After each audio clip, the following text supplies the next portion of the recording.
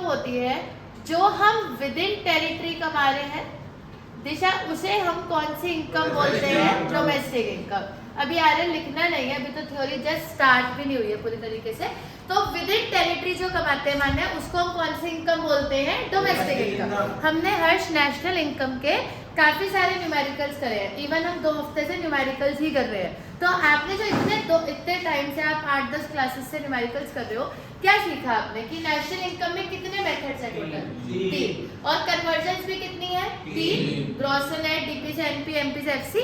और एक क्वेश्चन आएगा जिसमें पहले आपको किसी मेथड से कुछ ना कुछ तनिशा निकालना पड़ेगा और फिर उसको कन्वर्ट करना पड़ेगा। पिछली क्लास में हमने ये भी सीखा कि जरूरी नहीं है कि आर्यन हर बार नेशनल इनकम ही निकलवाई जाए। जैसे जब हम पिछली क्लास में क्वेश्चन कर रहे थे तो कभी वो बोल रहा था कि नेट एक्सपोर्ट निकालो, कभी बोल रहा था चेंज इन स्टॉक निकालो, कभी बोल रहा था जीडीसीएफ निकालो। तो जरूरी नहीं है कि हर बार हमें मेथड लगा के नेशनल इनकम ही निकालनी हो, वो हमसे अनसन कुछ भी कैलकुलेट करवा सकते हैं। क्लियर है हमन? वो भी हमने पिछली क्लास में पढ़ लिया। डन कुणाल? अब थ्योरी क्या कहती है कि नेशनल इनकम वो होती है जो हम विद इन टेरिटरी कमा रहे हैं, वो कौन सी इनकम होती है? डोमेस्टिक। अगर हम उसमें वो जोड़ दें जो हम रॉ से कमा रहे हैं, हमन रॉ का मतलब क्या हो गया? जिस इनकम का क्या नाम होता है? NFIFA। क्या फुल फॉर्म होती है मान्य NFIFA की? From abroad. अगर दोनों को जोड़ दे तो टोटल इनकम निकल के आ जाती है, और हर्ष इस टोटल इनकम का नाम क्या होता है? नेशनल इनकम, जिसका न्यूमेरिकल नाम क्या होता है? NNP@FC।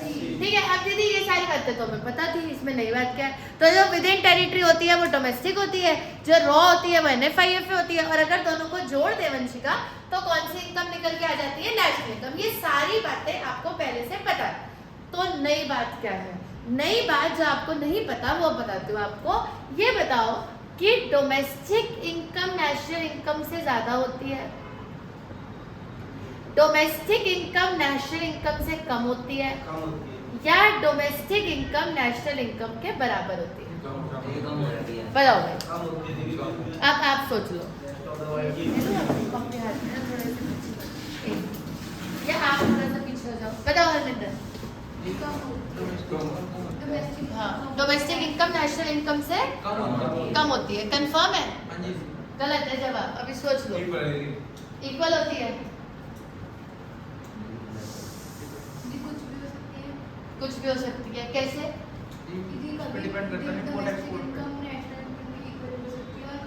इक्वल कैसे हो सकती है?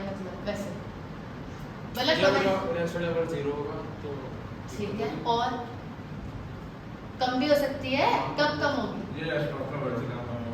NFIFA, rest of the world मतलब NFIFA। तो ये कहना चाहते हैं कि अगर NFIFA 0 होगा तो डोमेस्टिक इनकम और नेशनल इनकम बराबर हो जाएगी। गलत कह रहा है? बताओ, सोचो, सही कह रहा है? आपका दिमाग क्या कहता है? डोमेस्टिक इनकम कौन सी है? विद इन टेरिटरी होती है, और रेस्ट ऑफ द वर्ल्ड से जो होती है वो NFIFA है। दोनों को क्या कर देते हैं? प्लस, तो नेशनल इनकम आ जाती है। तो मेरा क्वेश्चन ये है कि क्या नेशनल इनकम डोमेस्टिक इनकम से ज्यादा होती है, कम होती है, या बराबर होती है? बताओ भैया। मान्य ने बिल्कुल सही कहा, तीनों हो सकती है, लेकिन कैसे? बराबर हो सकती है। अगर NFIFA क्या होगा? 0, तो वो दोनों क्या हो जाएंगे? बराबर हो जाएंगे, क्योंकि फॉर्मूला क्या होता है Vanshika? Domestic income plus NFIFA। तो शायद किसके बराबर होता है? 10। तो अगर मान लो ये 100 है, ये 0 है, तो RNA कितना आएगा? तो दोनों बराबर हो सकते हैं। ठीक है, तो अब इस पे टिक लगा दूं। डन? दोनों बराबर हो सकते हैं। कब हो सकते हैं? जब NFIFA क्या होगा? 0। अब इनका बताओ। पहले वाला का तो कम हो, दूसरा वाला कम भी हो सकती है। कम भी हो सकती है। कम कैसे हो सकती है? 20 हुई तो 120 हो जाएगी। तो वो तो ज्यादा हो गई ना। कम हो सकती है और नेशनल इनकम ज्यादा हो सकती है। हाँ, हो सकती है। जैसे मान लीजिए ये कितना है? हर 100 और ये कितना है? 20। तो नेशनल इनकम कितनी हो गई? 120। तो नेशनल इनकम डोमेस्टिक इनकम से ज्यादा भी हो सकती है अगर NFIFA की वैल्यू किस में चल रही है? पॉजिटिव में। अब बताओ, ये भी हो सकता है। क्या डोमेस्टिक इनकम नेशनल इनकम से ज्यादा हो सकती है? विद इन टेरिटरी वाली टोटल से ज्यादा हो सकती है? बोलो दिमाग खोल के।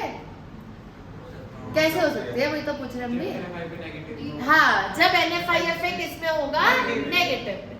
तो तीनों ही केसेस पॉसिबल है। अगर NFIFA पॉजिटिव है तो नेशनल इनकम ज्यादा आएगी। किससे ज्यादा आएगी दीक्षा, डोमेस्टिक से। अगर मान लो NFIFA है -20, पहले ये बताओ कि NFIFA माइनस में हो सकता है कि नहीं हो सकता है? आप इतने दिन से क्वेश्चन करके आ रहे हो सकता है कि नहीं हो सकता है? हो सकता है। तो अगर NFIFA माइनस में आ रहा है तो आपकी नेशनल इनकम RN कितनी निकल के आई, 80। अब नेशनल इनकम कितनी है, डोमेस्टिक कितनी है, कौन सी ज्यादा है? तो डोमेस्टिक नेशनल से ज्यादा भी हो सकती है, कम भी हो सकती है, बराबर भी हो सकती है। ये सारी की सारी हरमिंदर स्टोरी डिपेंड किस पे करती है, NFIFA पे। किस पे करती है? अगर NFIFA 0 है तो मेरी बराबर हो गए। अगर पॉजिटिव है तो नेशनल ज्यादा होगी। किससे ज्यादा होगी, बोलना है आपको, किससे ज्यादा होगी, कौन सी, नेशनल। और अगर कोई इनकम NFIFA नेगेटिव में चल रहा है तो डोमेस्टिक ज्यादा होगी और नेशनल इनकम कम होगी। तो तीनों ही केसेस पॉसिबल हैं। डन। ये एक तो नई बात सबसे पहली यही है कि डोमेस्टिक नेशनल से ज्यादा भी हो सकती है, कम भी हो सकती है, बराबर भी हो सकती है। ये हमें किस पे डिपेंड करता है, NFIFA। ठीक है, आप बताना सोच समझ के। ट्रू और फॉल्स का एक क्वेश्चन है मेरे पास आपके लिए, सोच समझ के बताना। Every domestic income is national income, ये बात ट्रू है या फॉल्स है? Every national income is domestic income. हाँ मेरी शाह, बोलने से होगा क्वेश्चन, देखने से तो कभी भी नहीं होगा, सोचना पड़ेगा। बोलो कुणाल जल्दी, पहली वाली ट्रू है फॉल्स है, क्या है? पक्का ट्रू है। Every domestic income is national income. पक्का नहीं बता, लॉजिक सोचो। क्या अगर कोई इनकम विद इन टेरिटरी हो रही है तो क्या वो नेशनल इनकम में आएगी? आएगी। Every domestic income is national income, true.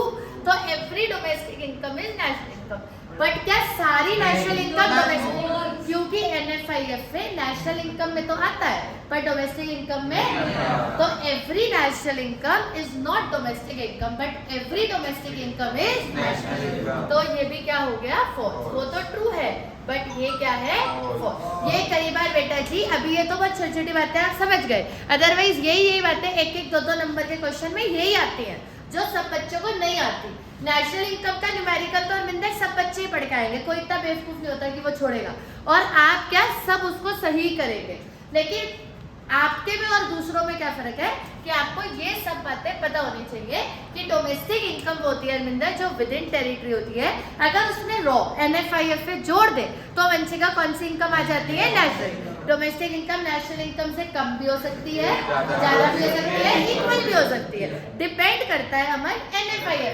अगर NFIFA दीक्षा 0 है तो इक्वल है, ज्यादा भी हो सकती है, कम भी हो सकती है, डिपेंड करता है ना कि NFIFA की वैल्यू क्या है। अब कई बार जब हम बच्चों से पूछते आ रहे हैं कि क्या डोमेस्टिक इनकम नेशनल इनकम से ज्यादा हो सकती है, तो वो 2 मिनट सोचता है, नहीं यार डोमेस्टिक इनकम तो टेरिटरी के अंदर वाली है, नेशनल टोटल है, तो ऑब्वियस सी बात है कि नेशनल बड़ी है तुषार, तो दीदी ऐसे कैसे हो जाएगा, डोमेस्टिक नेशनल से ज्यादा है। बट ऐसा हो सकता है क्योंकि NFIFA माइनस में भी तो होता है, तो अगर NFIFA माइनस में है तो तेजस आपकी डोमेस्टिक इनकम नेशनल इनकम से ज्यादा हो सकती है। हर वो इनकम जो हर्ष डोमेस्टिक में है वो नेशनल में तो ऑटोमेटिकली आएगी ही आएगी, क्योंकि वो तो छोटी है, डोमेस्टिक में है तो नेशनल में तो आएगी आएगी ना। पर हर नेशनल इनकम जरूरी नहीं है कि डोमेस्टिक इनकम में आए। क्लियर? तो every domestic income is national income but every national income is not domestic income. Clear है? करेंगे फटाफट से नो।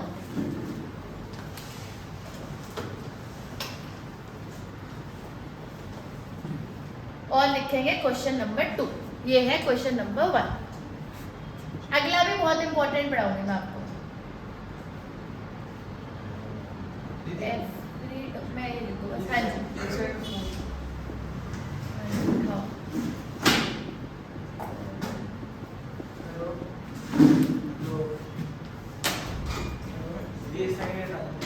हाँ जी हटा दिया, मैं तो इसको सही लगा रही हूँ। सुनना है बस, सुनो अभी सुनो। नेशनल इनकम हरमिंदर 2 तरीके से कैलकुलेट होती है, ठीक है जी, इधर देखेंगे ध्यान से। नेशनल इनकम मेथड तो 3 होते हैं, वो तो अलग बात है, लेकिन तुझार वैसे नेशनल इनकम कितने तरीके से कैलकुलेट होती है, 2। एक होती है, एक चीज आप और सीख लो, जैसे नेशनल इनकम में रेस्ट ऑफ द वर्ल्ड की इनकम होती है और जिसमें नहीं होती उसको क्या बोलते हैं, जीडीपी।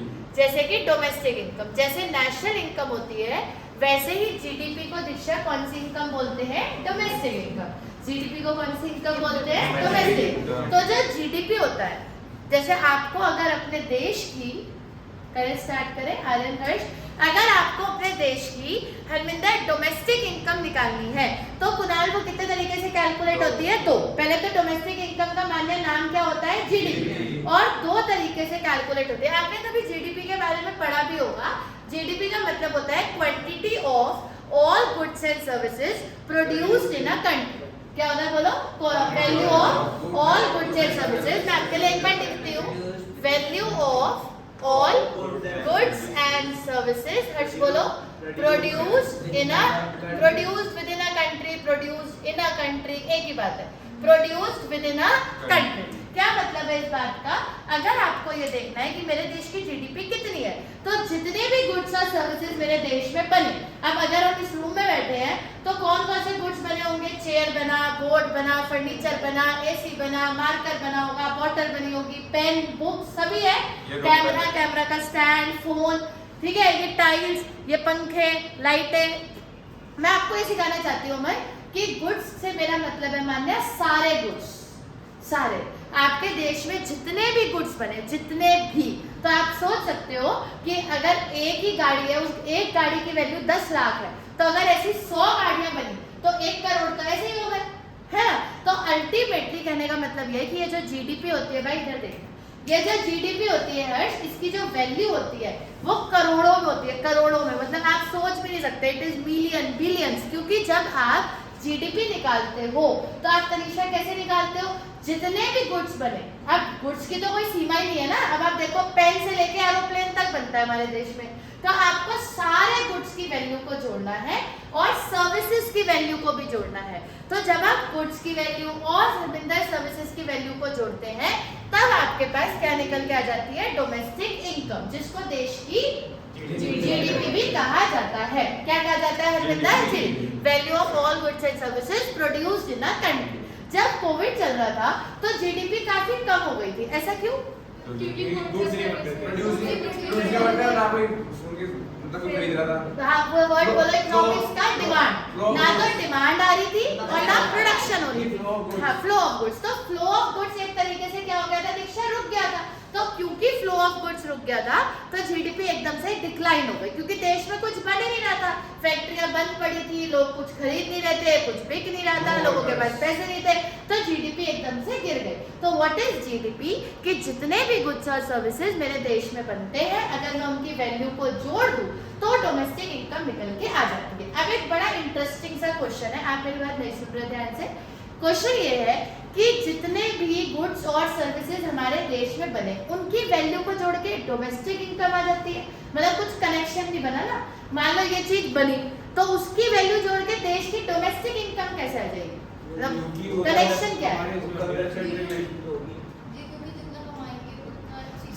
जो जितने के गुड्स बने हैं वही बेच के उतने ही तो कमाएंगे ना, तो अल्टीमेटली जो बनेगा वही बिकेगा, वही तो कमाएंगे ना। तो अगर उसे बनने की स्टेज पे जोड़ लिया जाएगा तो इनकम वैसे भी निकाली जा सकती है। अगर आप प्रैक्टिकली सोचो, अगर मान लो ये एसी है, इस एसी का सेलिंग प्राइस है 50,000 रुपए, ऐसे अगर हम सारे गुड्स का प्राइस जोड़ लें तो अल्टीमेटली पता चल जाएगा कि देश के अंदर लोगों ने कितना पैसा कमाया, इसी को बेच के तो पैसे कमाए होंगे ना। तो value of all goods and services produced in a country को अगर जोड़ लिया जाए तब भी देश की डोमेस्टिक इनकम आ जाती है, मतलब हमें क्या निकल के आ जाता है, जीडीपी। इसे निकालने के दो तरीके होते हैं, एक होता है कि जितनी क्वांटिटी बनी, मेरे साथ साथ बोलना, जितना क्या बनी क्वांटिटी, उसको आप इनटू करो करंट ईयर के प्राइस से।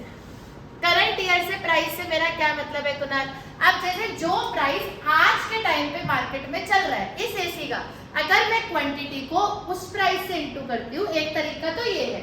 दूसरा तरीका ये है कि इकोनॉमिक्स ये कहती है कि ये जो करंट ईयर प्राइस है क्या है हर्षिया, इसमें कई बार बहुत ज्यादा क्या होती है, फ्लक्चुएशन।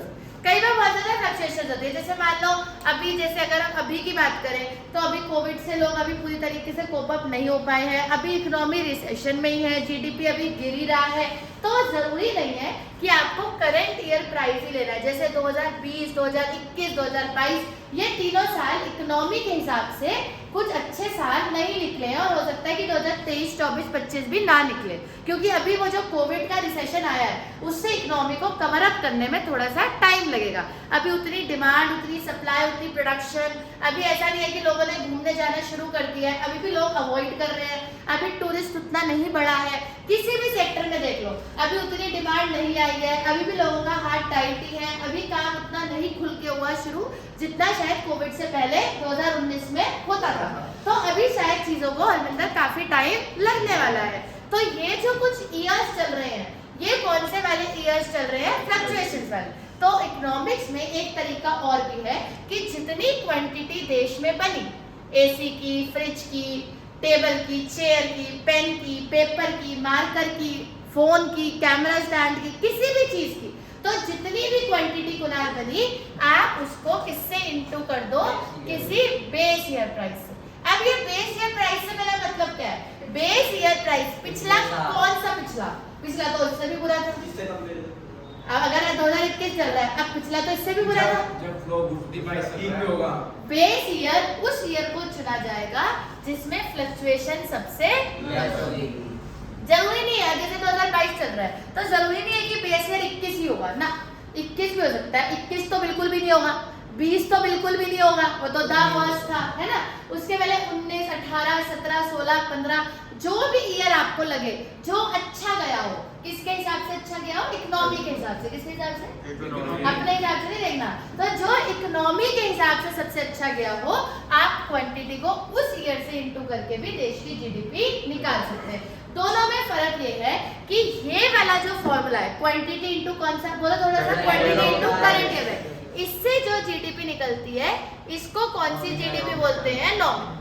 मतलब ये जीडीपी फ्लक्चुएशन से भरी हुई है। किससे भरी हुई है? बट अगर मान्या आप ये वाला फॉर्मूला लगाओगे तो आपने बेस ईयर हर्ष किसको लिया था? जिसमें फ्लक्चुएशन सबसे कम थी। तो ये आपकी जीडीपी कौन सी कहलाती है? रियल। ये आपको रियल सिचुएशन, मतलब ये आपको असली में बता पाएगी कि देश में जो प्रोडक्शन हुई थी उसकी वैल्यू कितनी है, जबकि ये नहीं बता पाएगी क्योंकि इसमें जो आया कुछ बुरा हो गया, बीच में कोविड हो गया, फिर कोविड की सेकंड वेव आ गई, अब हो सकता है थर्ड वेव आ जाए, अभी भी लोग थर्ड वेव से डर रहे हैं, यानी अभी भी मार्केट में रिक्शा क्या बनी हुई है? तो अगर आप अपने देश की नॉमिनल जीडीपी देखोगे तो आपको कोविड के समय की दिखेगी, और अगर आप अपने देखना चाहते हो कि अगर कोविड ना होता तो देश की जीडीपी की क्या सिचुएशन होती, तो आपको कौन सी जीडीपी देखनी पड़ेगी? डन? मेरा लॉजिक समझ आया? अगर हम ये देखना चाहते हैं हर्ष कि कोविड के टाइम पे एक्चुअल हालत क्या है, तो हम कौन सी वाली देखेंगे? नॉमिनल। और अगर हम ये देखना चाहते हैं दीक्षा कि अगर कोविड का टाइम ना होता तो 2022 में जीडीपी की क्या एक्सपेक्टेशन थी, तो कौन सी जीडीपी देखेंगे? असल में तो यही है ना, बट ये तो कोविड की वजह से हो गई है, तो इसको कौन सी जीडीपी कहते हैं? नॉमिनल। और इसे कौन सी जीडीपी कहते हैं? रियल। जो नॉमिनल होती है उसमें क्वांटिटी को करंट ईयर के प्राइस से इंटू किया जाता है, और करंट ईयर के प्राइस में अंदर हमेशा फ्लक्चुएशन होता ही होता है। लेकिन अगर हम बात करें रियल जीडीपी की, तो उसमें क्वांटिटी को तेजस कौन से प्राइस से इंटू किया जाता है? Base year. माना बेस ईयर उस ईयर को चुना जाता है जिसमें फ्लक्चुएशन सबसे कम, तो इसलिए पोजीशन ज्यादा अच्छी पता लग पाती है। पोजीशन ज्यादा अच्छी पता लग। अगर मुझे ये देखना है कि इन दोनों जीडीपीज में कितना फर्क आया है, कितना परसेंटेज चेंज है, तो उसको बोला जाता है जीडीपी डिफ्लेटर। क्या बोला जाता है आर्यन? जीडीपी। ये आपके पेपर में एक बार तो 3 नंबर में आ गया था, और ऐसा क्वेश्चन, ये रियल जीडीपी, ये नॉमिनल, निकालो डिफ्लेटर, क्योंकि बच्चे पहले पढ़ के ही नहीं जाते थे इसे, तब से टीचर ने पढ़ाना स्टार्ट किया। कुछ कॉन्सेप्ट ऐसे होते हैं जो बुक में होते हैं बट कभी बोर्ड में कुछ नहीं होते, तो टीचर इतना ध्यान नहीं देते, बट कई बार वही टॉपिक वो 3-4 नंबर में पकड़ लेते हैं कि ये वो है जिसे सब बच्चे छोड़ते हैं, तो इसे अच्छे से पढ़ना। जीडीपी डिफ्लेटर क्या कहता है कि आप real GDP upon nominal GDP into 100 कर लो, तो आपके पास चेंज आ जाएगा कि दोनों जीडीपी में कितना फर्क है, रियल और नॉमिनल। क्लियर? किससे पता आएगा? GDP deflator. और जीडीपी डिफ्लेटर का फॉर्मूला क्या है? Real real GDP upon nominal GDP into 100। एक बार मैं इसे क्रॉस चेक कर लूं बस। वैसे 99% तो यही है, फिर भी 1% भी क्यों? सच्चे हाँ ठीक है ठीक है ठीक है ओके।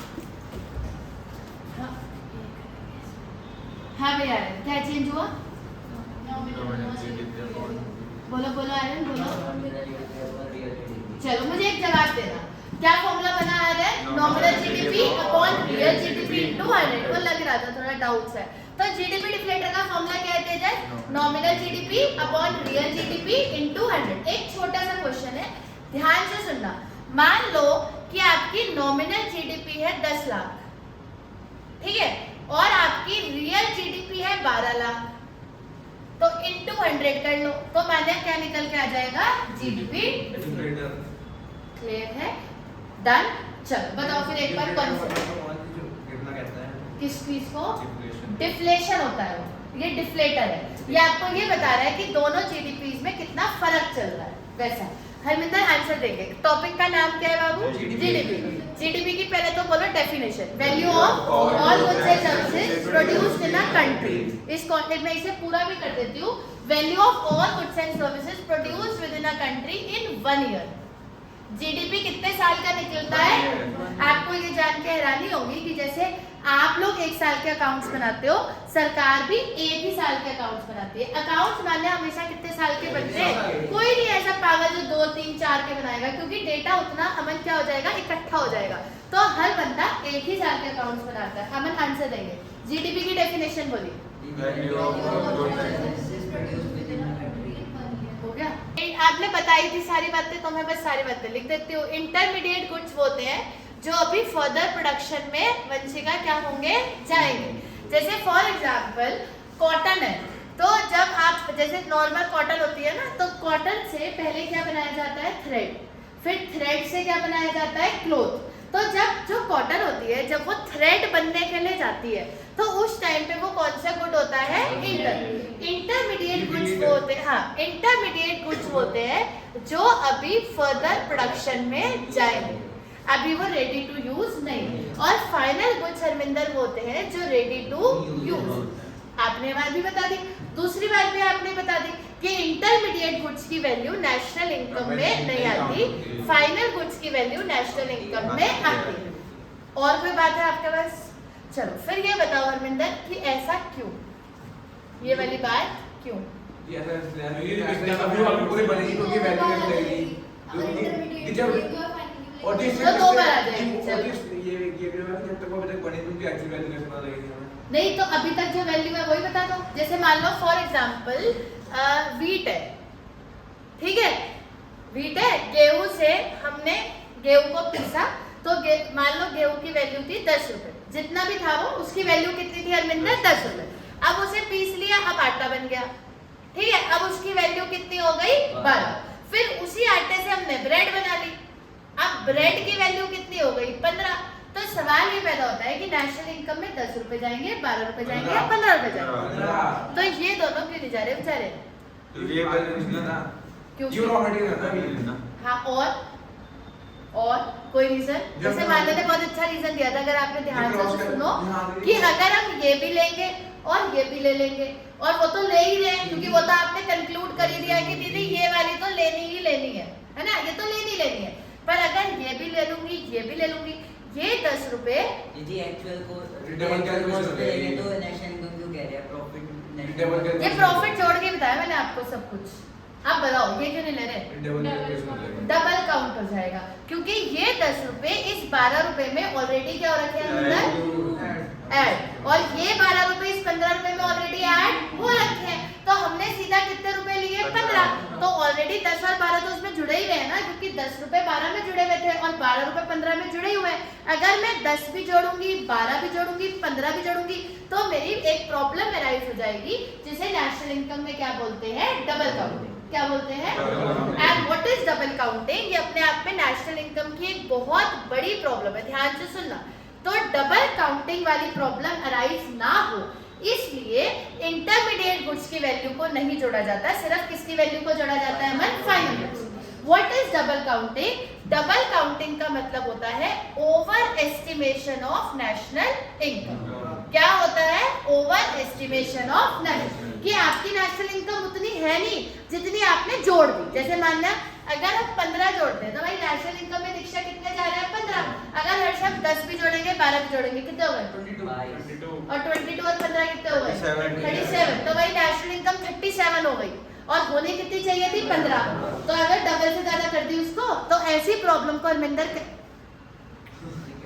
मैंने पढ़ाया गया विषय तो लिख रहे हैं, तो इधर कंसंट्रेट करो ना। बताओ तो what is double counting? Over estimation of national income. इसीलिए इंटरमीडिएट गुड्स की वैल्यू बेटा जी ऐड नहीं की जाती। कौन से गुड्स की ऐड की जाती है?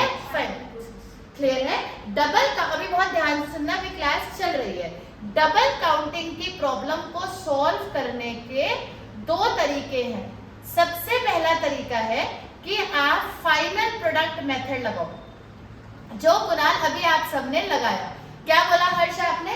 कि दीदी सीधा कितने रुपए जोड़ दो? 15। एक तरीका तो यही है कि फाइनल प्रोडक्ट मेथड लगाओ और दीक्षा कितने रुपए जोड़ दो? 15। एक तरीका और है जो हम पढ़ के भी आए हैं, इनकम मेथड, एक्सपेंडिचर मेथड, और तीसरा कौन सा है? तो आप वैल्यू एडेड मेथड भी लगा सकते हैं, उससे भी आपकी डबल काउंटिंग की प्रॉब्लम सॉल्व हो जाएगी।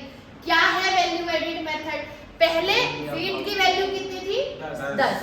तो पहले हमने जोड़े 10, फिर 10 से आटा बनने के बाद कितनी हो गई? 12। कितनी वैल्यू ऐड हुई? 2 रुपए ऐड हुए, तो उसको जोड़ दो। फिर उसके बाद ब्रेड बनी तो कितने ऐड हुए? 3 रुपए। 12 से 15 तो 3 कर दो, तब भी आपकी नेशनल इनकम कितनी हो जाएगी? 15। तो आपके पास दोनों चॉइस है, आप फाइनल प्रोडक्ट मेथड भी लगा सकते हो और वैल्यू एडेड मेथड भी निकाल सकते हो। तो मैंने आपको पूरी स्टोरी क्या बताई कि नेशनल इनकम में दो गुड्स होते हैं, एक होते हैं इंटरमीडिएट, एक होते हैं final. What is intermediate goods? What is intermediate goods Kunal? जो अभी फर्दर प्रोडक्शन में जाएंगे। और तो शायद what is final goods which are ready to use. अगर हरमिंदर हम इंटरमीडिएट गुड्स की वैल्यू को भी नेशनल इनकम में लेंगे और अगर फाइनल गुड्स की वैल्यू को भी लेंगे, तो तनिषा कौन सी प्रॉब्लम अराइज हो जाएगी? Double counting. Tanisha double counting की वजह से नेशनल इनकम ओवर एस्टिमेट हो जाएगी। तो उसको सॉल्व करने के हरमिंदर दो तरीके हैं, या तो आप फाइनल प्रोडक्ट मेथड लगाओ या फिर वैल्यू। क्लियर? आज हमने थ्योरी में तीनों बड़े क्वेश्चंस लिए थे। सबसे पहला क्या था? Domestic income versus national income. फिर दूसरा था real GDP, nominal GDP. Again very important question. और ये भी अगेन इंपॉर्टेंट क्वेश्चन कि इंटरमीडिएट गुड्स और फाइनल गुड्स में क्या फर्क होता है, और अगर हम इंटरमीडिएट गुड्स की वैल्यू भी जोड़ेंगे तो कौन सी प्रॉब्लम अराइज हो जाएगी? Double counting. और उसे सॉल्व करने के क्या तरीके होते हैं। क्लियर है सारी थ्योरी?